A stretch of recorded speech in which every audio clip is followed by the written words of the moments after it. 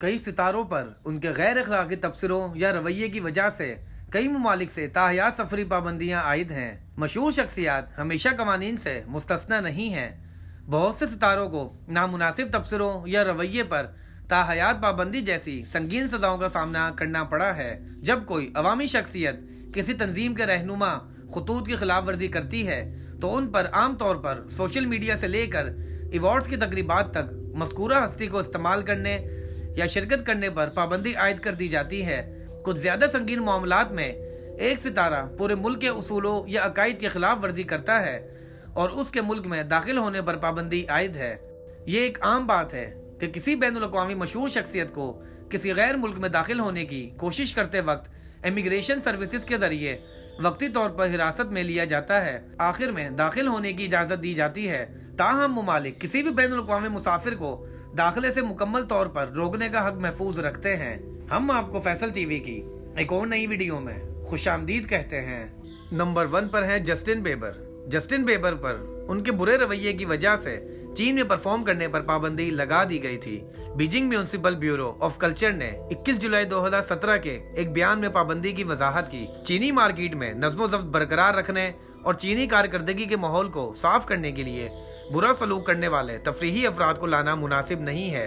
New York के मनसफ Jiang fan ने मशवरा दिया कि पॉप गुलकार के अपने पिछले एशियाई दौरों के दौरान मुतनाज़ा रवैये का हवाला दे रहा है, इसलिए जस्टिन बेबर पर चीन में जाने पर पाबंदी आयद है। नंबर 2 पर आते हैं क्रिस ब्राउन।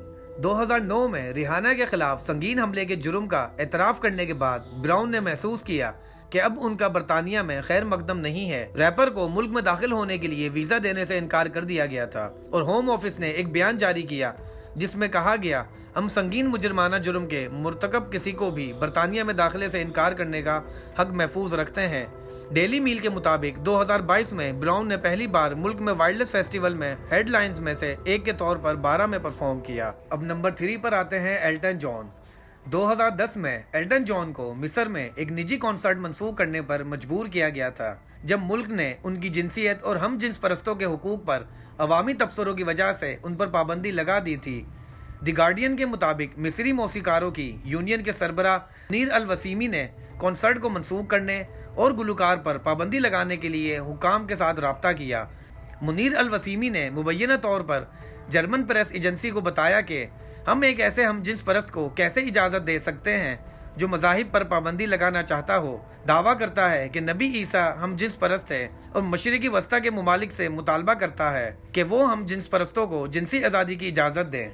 नंबर 4 पर आते हैं रिचर्ड गेयर। रिचर्ड गेयर पर 1993 के ऑस्कर में उनकी तकरीर के बाद चीन में दाखिले पर पाबंदी आयद कर दी गई थी, जिसके दौरान उन्होंने तबत के साथ मिलकर चीन के सलूक की मजम्मत की थी।